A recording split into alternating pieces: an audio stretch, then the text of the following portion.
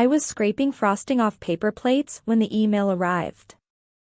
Subject line, outstanding balance, urgent. My hands were still sticky from Emma's 7th birthday cake, the one we'd eaten alone, just the two of us, in a living room decorated for 30 people. I'd spent the morning taking down streamers while my daughter asked why Grandma never came.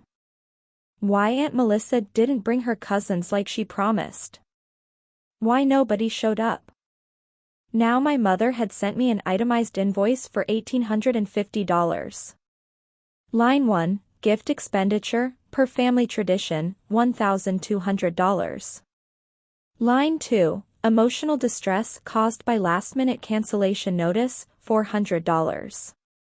Line 3, administrative time compiling this document, $250.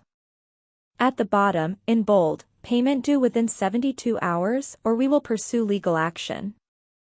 I read it 3 times. Then I laughed until I couldn't breathe.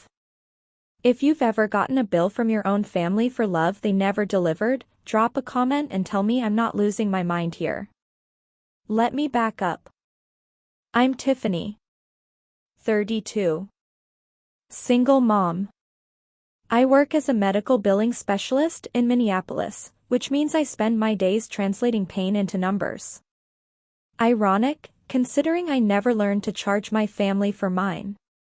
My mother, Patricia, runs our family like a corporation. There are rules, protocols, consequences for deviation.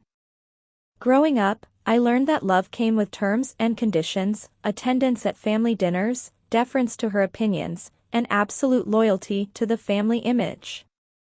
My older sister Melissa got the executive position. Married to a dentist, 3 kids, a house in Edina with the right kind of shutters. I got the assistant role, the backup daughter, the one who filled in when Melissa was busy, the one whose accomplishments were interesting but never quite impressive enough. When I got pregnant at 24 with a man who disappeared before the ultrasound ink dried, my mother's disappointment became a weather system I learned to live under. She never said I'd ruined my life. She just sighed in a way that said it for her. But I worked hard. I kept Emma fed, clothed, happy. I showed up to every family dinner. I played by the rules. Until Emma's 7th birthday. I sent the invitations 6 weeks early. Emma had been talking about her birthday since January. She wanted a princess tea party, the kind with little sandwiches and fancy cups and all her cousins dressed up.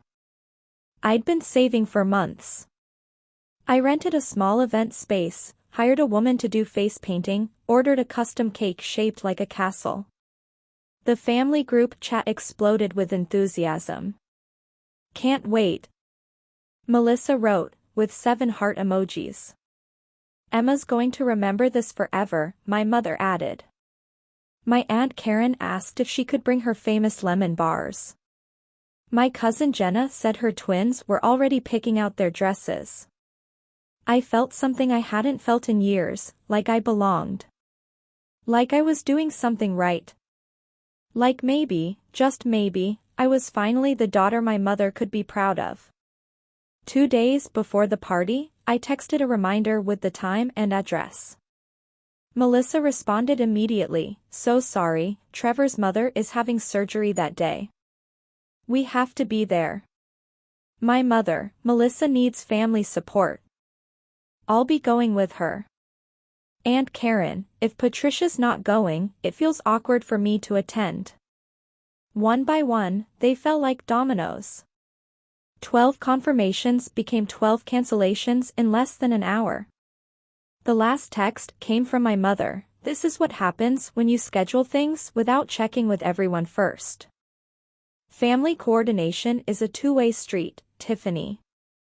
I'd checked 6 weeks ago. Every single one of them said they were free. Emma wore her favorite dress, lavender with sparkles. I'd curled her hair that morning while she chattered about which cousin would sit where, what games they'd play, whether Grandma would do her special voice when she read the birthday story. We arrived at the venue at noon. The tables were set. The cake gleamed on its pedestal. The face painting station waited, brushes lined up like little soldiers. Emma stood in the doorway, looking at the empty chairs. "Where is everyone?" she asked. I knelt down, straightened her sparkly headband, and lied. "They got stuck, honey. But we're going to have the best party anyway, just you and me." Her face tried to smile. "Just us?" "Just us. And you know what? That means you get all the cake." She laughed, but her eyes kept drifting to the door. We ate tiny sandwiches at a table set for 30.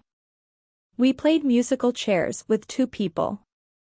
The face painter did an elaborate butterfly on Emma's cheek and refused payment, whispering to me, "I have a daughter too." At home that night, Emma cried herself to sleep asking what she'd done wrong. I sat on my kitchen floor, surrounded by uneaten party favors, and something inside me went quiet and cold.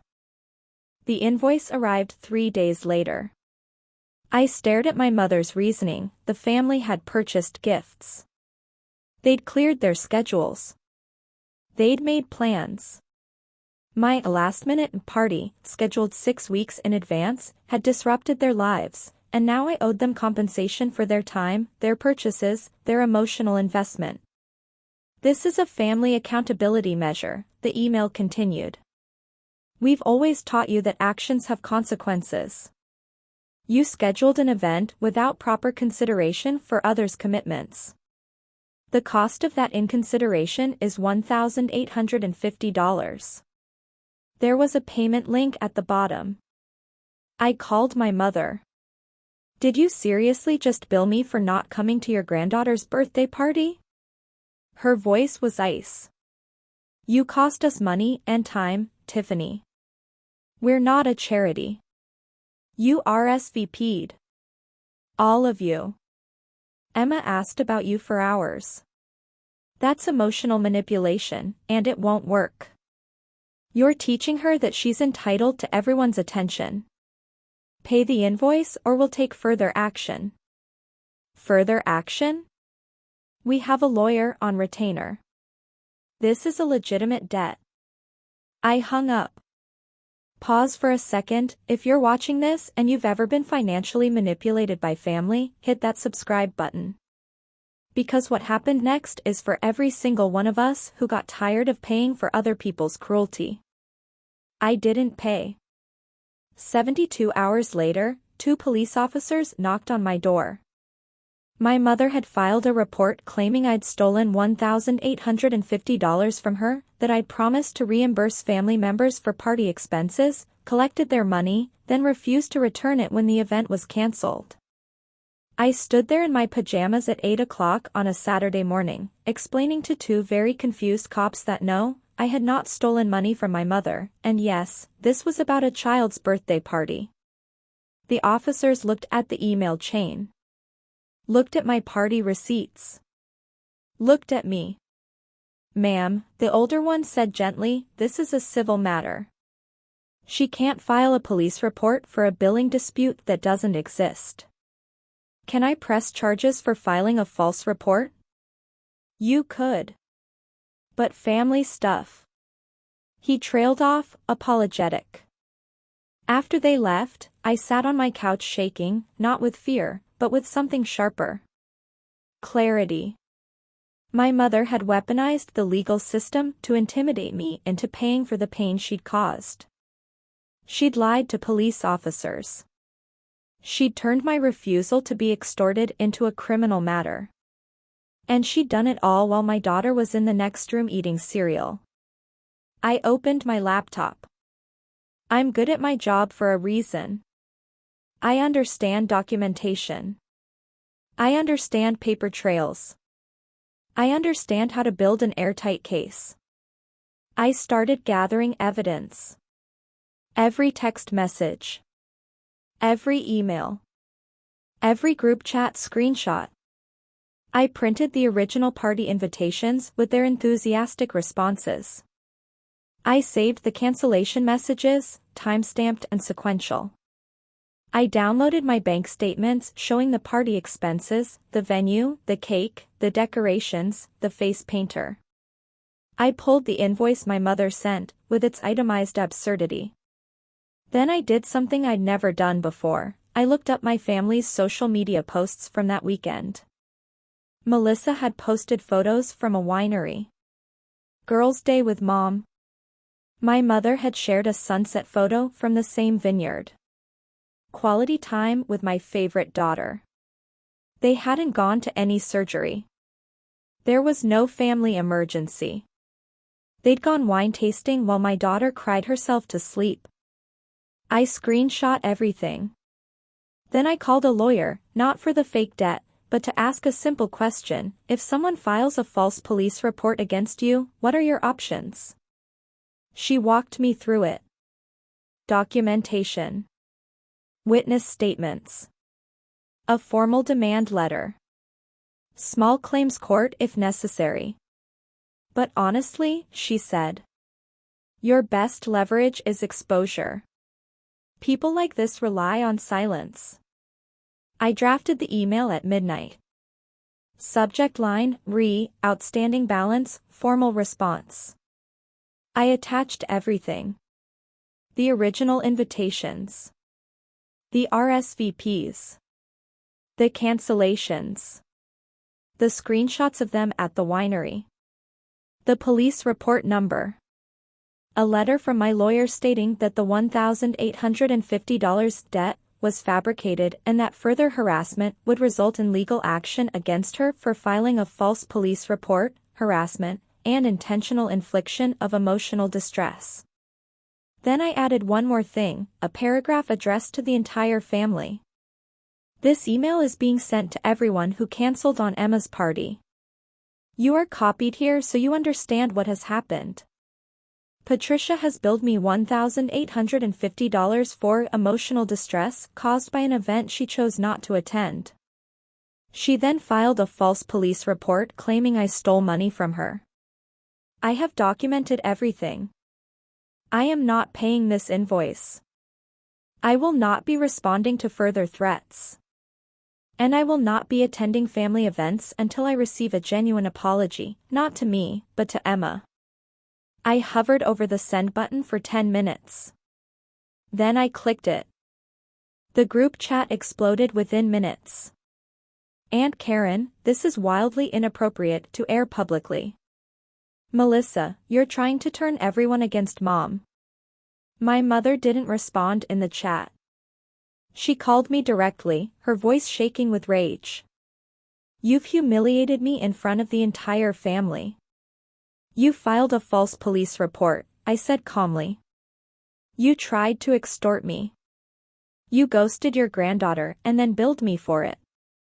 I didn't humiliate you, I just stopped hiding what you did. You will regret this. No, I said. I really don't think I will. I hung up and blocked her number. Over the next week, the family fractured. Some people stayed silent.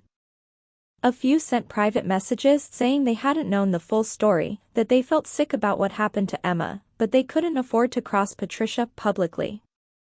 My cousin Jenna called me crying. I should have come anyway. She makes everyone so afraid. I know, I said. But you can still show up now. My mother never apologized. Instead, she sent one final email, addressed only to me. You've chosen your pride over your family.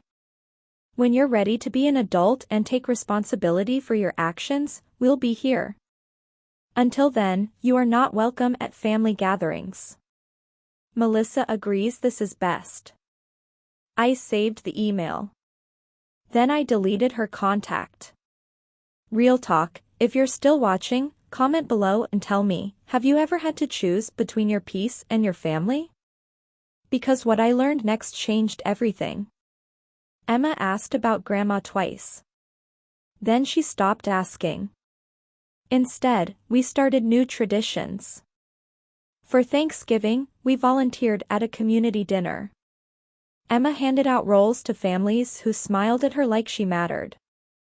For Christmas, we baked cookies and delivered them to our neighbors, the elderly couple downstairs, the single dad across the hall, the college kid who always held the elevator. I stopped performing for an audience that would never clap. And slowly, quietly, Emma started smiling again. She made a best friend at school whose family invited us to their lake house. We went to a 4th of July barbecue where nobody kept score, where kids ran wild and adults laughed without subtext. I got promoted at work. Bought a small house. Planted a garden. On Emma's 8th birthday, we threw a party in our backyard. 15 kids showed up. Parents stayed and drank lemonade. There were no fancy decorations, no hired entertainment, just a sprinkler, a cake, and people who actually wanted to be there. Emma blew out her candles and whispered, "This is my best birthday ever." I believed her. 2 years later, my mother reached out. Melissa's husband had left her. My mother was helping with the kids, but it was exhausting, and she needed family support. The subtext was clear: I was supposed to come back now. To help. To forget. I read the email twice, then wrote back a single sentence. I hope you find the support you need. We're not available. She called. I didn't answer. She sent letters. I recycled them. She showed up at my house once, unannounced, with a generic apology that started with, "I'm sorry you felt hurt." I stood on my porch and said, "That's not an apology. And you're not welcome here." She left. I closed the door and realized my hands weren't shaking. Here's what I learned: some people only value you when you're useful. My mother didn't love me, she loved the idea of a compliant daughter. When I stopped performing that role, I became disposable. And the invoice? It was never about money. It was about control. It was a test to see if I'd still bend, still pay, still absorb the cost of her cruelty without complaint. I didn't. And the world didn't end. Emma is 10 now. She doesn't remember most of the family drama. What she remembers is the sprinkler party, the neighbor who taught her to plant tomatoes, the friend who stayed over and built a blanket fort that took up the whole living room. She remembers being loved without conditions. I don't hate my mother. I just don't owe her anything. Not my peace. Not my energy. Not $1,850 for a party she chose to skip. Sometimes the strongest thing you can do is stop explaining yourself. Stop defending your boundaries. Stop waiting for people to see your worth. Just walk away. And build something better. If this story hit home, if you've ever had to walk away from family to protect yourself or your kids, leave a comment, hit that like button, and subscribe. Your story matters. And you're not alone. I still get emails sometimes, from relatives wanting to reconnect. They're vague, surface level, full of empty phrases about forgiveness and moving forward. I delete them. Because I've learned that forgiveness doesn't mean giving someone another chance to hurt you. It means releasing the anger so it doesn't poison your future. I'm not angry anymore. I'm just free.